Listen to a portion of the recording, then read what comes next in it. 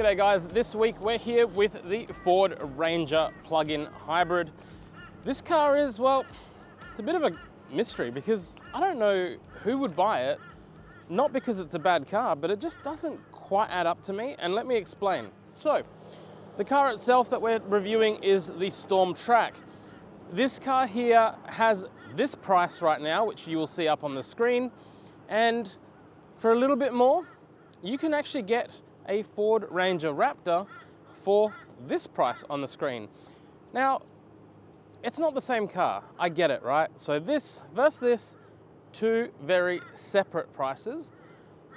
But this one over here is just that little bit more fun, and if you're gonna spend all this money, you probably have a little bit of cash to splash on fuel.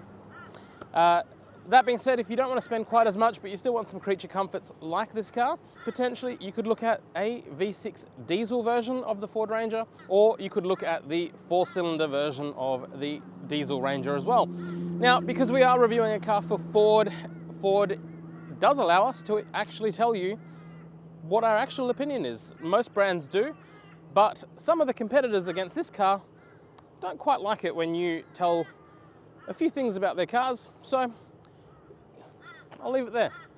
So without any further, let's talk about the car. So from the front, the car, it looks tough. It's basically just a normal Ford Ranger from the outside. It doesn't look any different, and no one is going to know that you're driving an electric or plug-in hybrid car. They're just gonna see it as a Ranger, and you'll probably still get shouted a beer or two at the pub or on the site at the end of a long, hard day. LED daytime running lights around the outside. You have parking sensors along the front, and you have a camera system at the front because the car does come with a 360-degree camera system, making it super handy for you to park what is quite a large car. And as a ute, if you're not the main driver of the car and perhaps your missus or your partner has taken the car on the weekend when you've had a few too many on the Friday night, this car is a little bit bigger than a standard car, but it drives like a normal car, making it really easy to handle, and having all the screens showing you all the information of how close you're getting and where everything is, makes it super, super easy. Now, Ranger badging at the front, obviously black Ranger badging at the top here, big Ford grille there. Now, in terms of what's powering this underneath the bonnet, you have 207 kilowatts of combined power and 697 Newton meters of combined torque. That's because this has an 11.8 kilowatt hour battery pack, plus the 2.3 litre turbocharged petrol EcoBoost engine that powers the car when the battery runs out. And you might ask, well, is the battery going to run out? We'll talk about range in a second. Now, with this car, Ford has opted to go for some general grabber all-terrains. These here look tough and kind of go with the overall toughness of the Ranger imagery itself.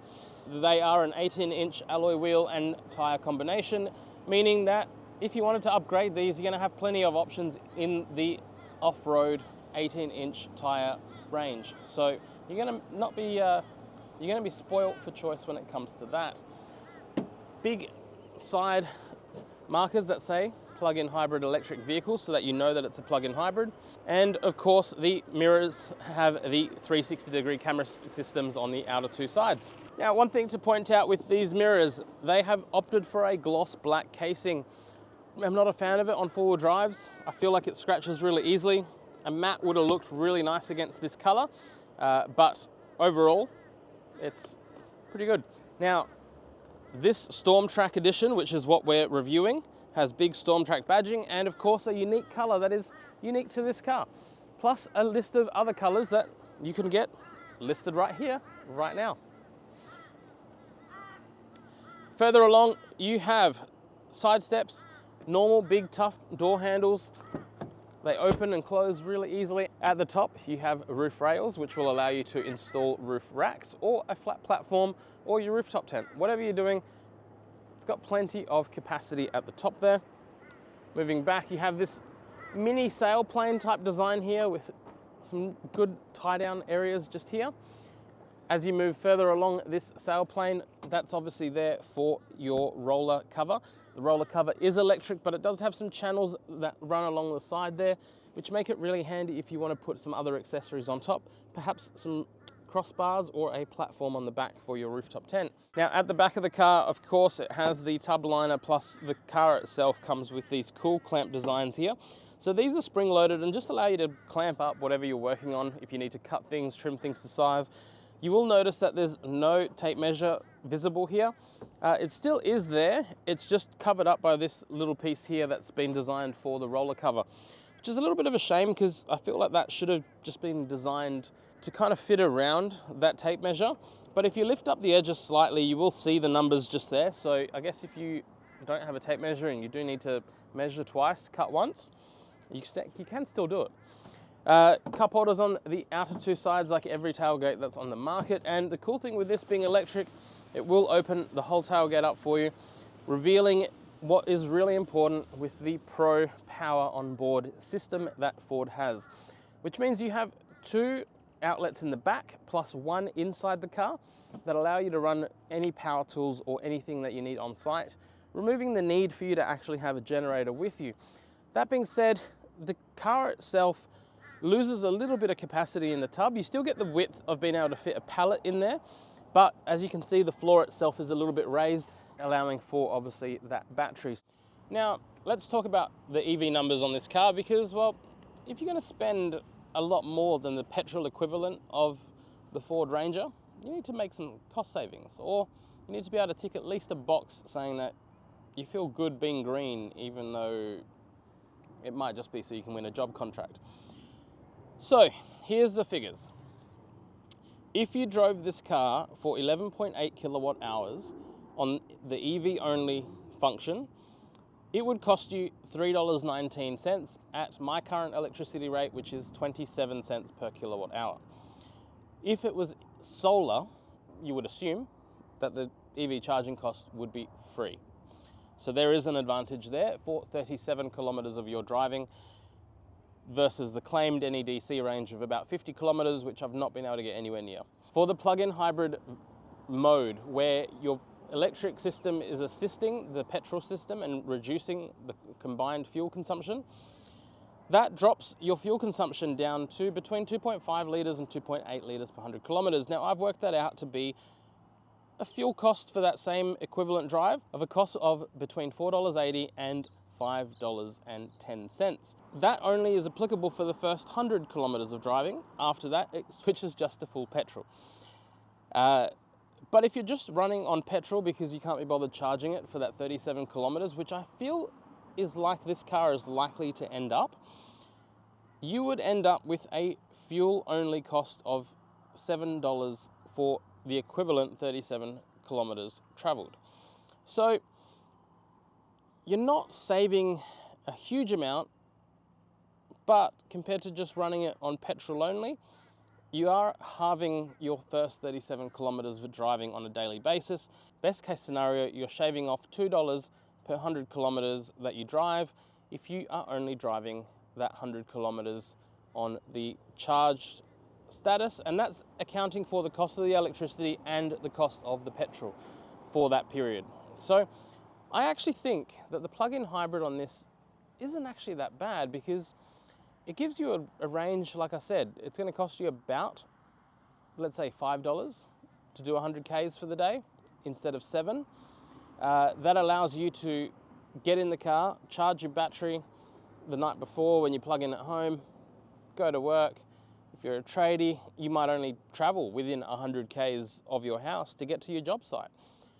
That saves you quite a lot of money Monday to Friday. So my statement at the front of saying, I don't know why you'd buy this, is starting to kind of seem a little bit unnecessary, right?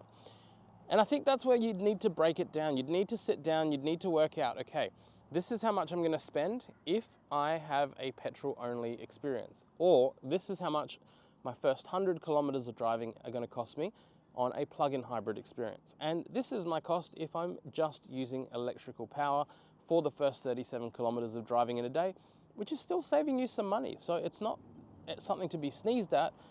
You're still getting a cost saving. The other side to it as well is, let's say you live and maybe you're not using this like a tradie, you're using it as a business car because you are a rep and you're going to and from the office, but you're not necessarily going out to see clients. And you have the benefit of your office offering free top-ups for your electricity. That's where it gets interesting, because you could drive your 37 kilometers, which most people in Australia drive 55 kilometers in a day. That will get you to and from wherever you need to go and back home. So you're kind of potentially running for nothing for most of the time, despite not having the same range as some other plug-in hybrid utes. At the end of the day, if you want a Ranger, you want a Ranger. If you want one of the competitors, you want one of the competitors. I don't think you need to make this competition on paper of this one ticks the box and this one's worse and this one's bad. Buy the car you like. And quite honestly, I love the way that the Ranger looks. I think it's tough once you do it up a bit, once you play around with it. It's got a bit of a good community and a good following. They have good resale. And overall, they've got a pretty established and broad dealer network across the country, especially in regional areas. So for you might be buying a Ranger for completely different decisions and reasons than the person buying one of the other brands that is maybe a bit more city-centered and city-focused. So that's all I'm going to cover around pros and cons of the charging, all that kind of stuff, because I don't want you to get confused and think that you have to like one versus the other, because quite frankly, you don't. You just have to buy the one that's right for you. Now, the other point with this car as well, and sorry that it's taking so long while we're sitting down and I'm not really moving around to make you excited and I'm just sharing my view with you, right?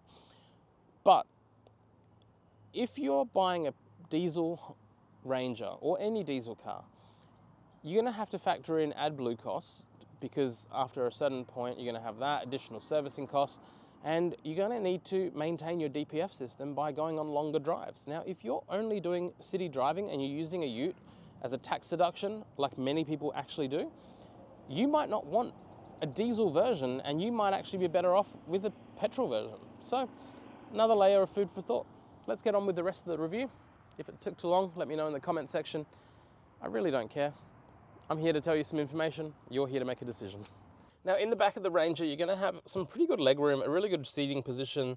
I've always liked the Rangers in the back because they are actually quite comfortable, and they are pretty good for beefier or broader fellas or chunky blokes like me. Air conditioning vents down here, they are swivelly and they can be directed in whatever direction you want.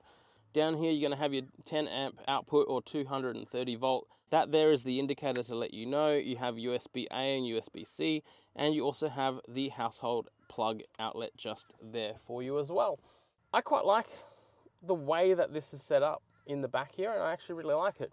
Eyes are fixed points on the outer two seats if you have child seats, and this back seat can even be dropped down and you'll have your top tether points directly behind the seats, not underneath the headrest and in a weird awkward spot like a lot of its competitors. They're actually on the back firewall or the back wall of the cab, so that you can actually just clip them directly there rather than having to play some sort of juggling act with these headrests. Armrest comes down as well, is nice and neat and very comfortable, and overall pretty good headroom as well. I'm 5'10", so this is how I sit in the back here. The front seat is in my driving position as a 5'10" adult, so there is a bit of legroom and space to spare, and if you are a bit taller or a bit beefier, I reckon you'll be right.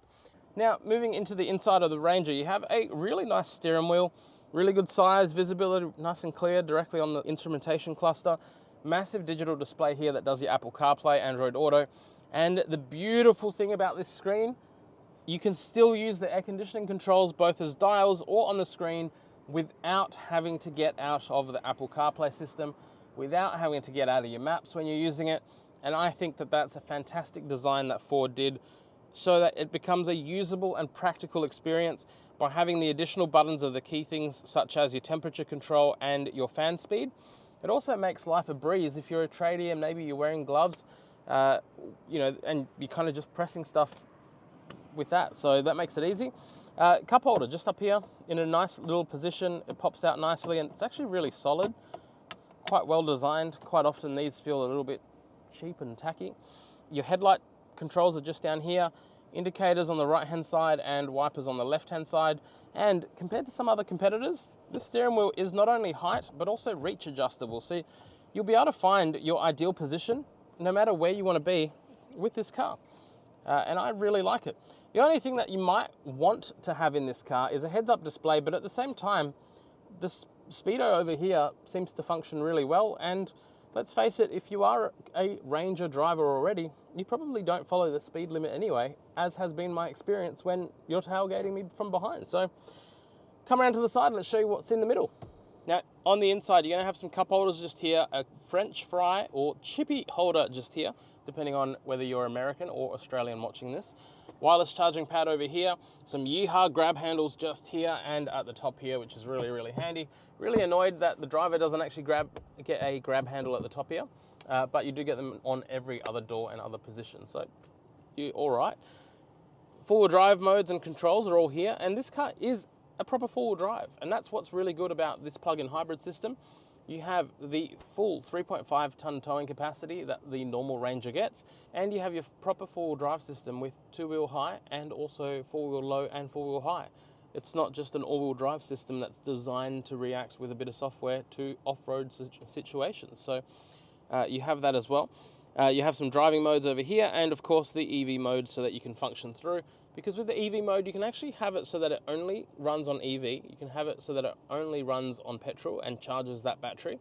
So if you are using it for the power tool functionality of the Pro Power on Board system that Ford has built into it for tradies, then you're going to be good for that too.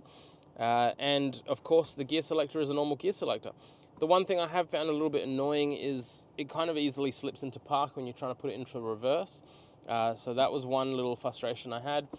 Underneath here, massive amount of storage. As you can see, I've got my high-vis and a whole bunch of other stuff in there. So plenty of space and storage there. And of course, a parcel shelf at the top here that will have plenty of storage for whatever you need there as well. Quirky enough because this is a South African-built Ranger. It has the bonnet release on the left-hand side. So there's that. I cannot actually think about the normal Ranger if it has it on the right-hand side now, because it's been a while since I've been in the standard Ranger, but I'm pretty sure the standard Ranger built in Thailand is on the right-hand side. So let me know in the comment section if I've got that right, or if they're all on the left-hand side. It really doesn't matter because we've gotten used to a lot of cars now being on the left-hand side anyway, but I thought that was a bit of an interesting quirk.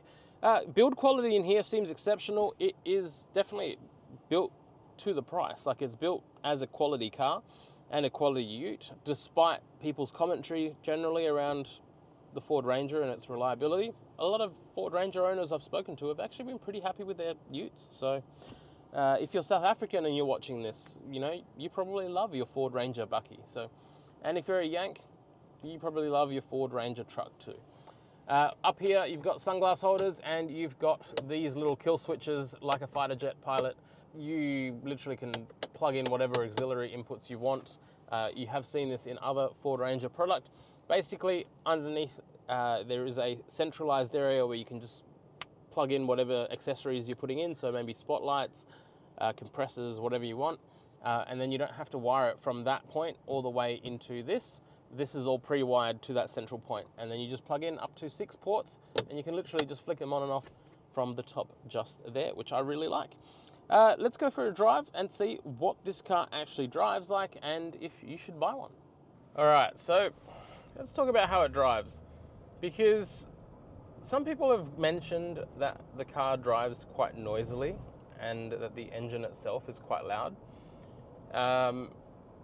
I haven't had that experience, so it's not noisy or loud inside the cabin. In fact, it's one of the quietest utes I've driven, second only to the GWM Canon Alpha. It's a really, really nice cabin to be in if you want just peace and quiet and you don't want to have the radio going. So that's one thing there as well. When it does kick onto the petrol mode, you hear it a little bit, but you don't hear it that it's a Focus, right? And the only way that I hear it is when I turn the car, like the radio off. So that's the only time I'll hear it. The rest of the time, you're oblivious to the fact that it's even on. But the thing that makes this car drive really, really nicely is the fact that it drives like a Ranger. So the seat is incredibly comfortable. The suspension is tuned really well. It's not like some plug-in hybrid vehicles that sometimes the suspension is a little bit too firm or a little bit too sloppy, depending on whether they've overcompensated for the additional weight of the battery, or if they've had to make it a little bit sloppier for comfort. You have massive, massive mirrors that make it super easy for towing. If you do want to upgrade them, there's plenty of aftermarket options for your mirrors so that you can upgrade them to towing mirrors. And the seat is just, like I said, comfortable. It's just a very nice cabin to be in. You don't get much road noise. I'm really surprised with the all-terrains that are on the car because they are a bit more chunkier, so generally you hear a little bit more noise inside. It's pretty quiet inside the cabin. Like, you're not hearing too much of that external noise. So yeah, so even at 100 kilometers an hour on the motorway where you would expect it to be louder, you're not really getting much noise. It's just the typical noise of the external cars around you, but the engine's on, my chunky all-terrains are rolling. Like, this is quieter than some of the city-based hatchbacks that I've recently reviewed, and on par with some EVs that I've recently reviewed as well, which are usually exceptionally quiet. So for all the criticism that Ford has copped, this is actually a nice ute to live with. Yes, it's on the premium side for pricing, but I think past a certain point, you've got to weigh up a few of your balances. Like, you're looking for certain things, you're looking to flick certain boxes. Perhaps for a government contract, you might need to have a certain amount of what is seen to be green vehicles, or perhaps you just want to drive a petrol car and not a diesel. This is a really good car if you don't want a diesel Ranger, but you still want a Ranger. I've driven the GWM Cannon Alpha. It's a nice car. There's nothing to take away from that car and that experience. The BYD Shark I've not driven yet, so I don't know if that is a nice car, but we are working on that one. But I don't like this kind of need or justification for whatever purchase you choose to make. I feel like you should just buy what you want to buy. Like, if it was my money, I would probably buy the Ford out of its competitors. But I just really like the Ford, and I've liked the Ford product in their utes and in their off-road segment for quite some time. So that's why I would do it. And you might be a brand loyalist and also just want to have a Ford ute, but maybe want to save a little bit of money on a small portion of your driving, or you can make this work for whatever other reason you might want to make it work. So let me know in the comment section what you think. Like, I like the visibility, I like the drive. I overall really, really like this Ford Ranger in the plug-in hybrid setup. Now, I'm going to try to find a lower grade version of the plug-in hybrid to see if it drives any better or worse. But overall, I think they probably all drive the same. So I'm a fan. You know, what can I say? Let me know in the comment section what you think. Now, if you are in Queensland and you are in WA and you are looking to buy a Ford Ranger of any sorts, any model, or any car for that matter, you can take advantage of our buyer assistance service here at Road Trip Reviews. So make sure you reach out, send me a DM on the social media channels, and we will help you find the best price on any car that you're looking to buy, and help you with finance if you need the finance help too. We have some great finance partners and some great dealer partners that have agreed to give our viewers some really good deals on some cars. One other thing I want to say as well, it has a really nice Bang & Olufsen audio system. So you get some really nice audio coming into the cabin. The Apple CarPlay display is a really good size so that you can actually use it, but it's not taking up too much of your visibility when you're not needing to see the information. And I love having the air conditioning controls and the heated seat functionality on this car completely separate to the rest of that screen. Because one of the frustrations I've had, particularly amongst some of the Chinese brands, is that the screen is really good, but it is always, you have to have one thing or the other. It's not kind of both. So if you want to have Apple CarPlay or Android Auto on, you have to have the air conditioning blocked by that screen. And that's one of the advantages of the way that the Ford Ranger system has done it now. There are some gimmicky things on here, like you can, draw on the screen and stuff like that. Look, it might be cool for the first couple of days that you own this car. I highly doubt you're going to do it after that, so don't worry too much about that. Camera quality at night is really good. Camera quality during the day is good. So there's nothing to hate about that either. So overall, I really like this car. I would recommend it, and I think you should take it for a drive and see if it suits your personal needs, not what the internet says your personal needs should be. And let me know what you pick. If you buy one, let me know what you ended up buying and what you thought. Until next time, guys, thank you for watching, and thank you for putting up with a couple of long-winded stories and explanations in this review. I know it has been a little bit torque heavy compared to some other reviews that are out there. Obviously, we don't do four-wheel drive reviews from a off-road perspective, but we are looking at working out how to do that a bit better. So stay tuned, and in the near future, we'll be able to work something out. Thanks for watching.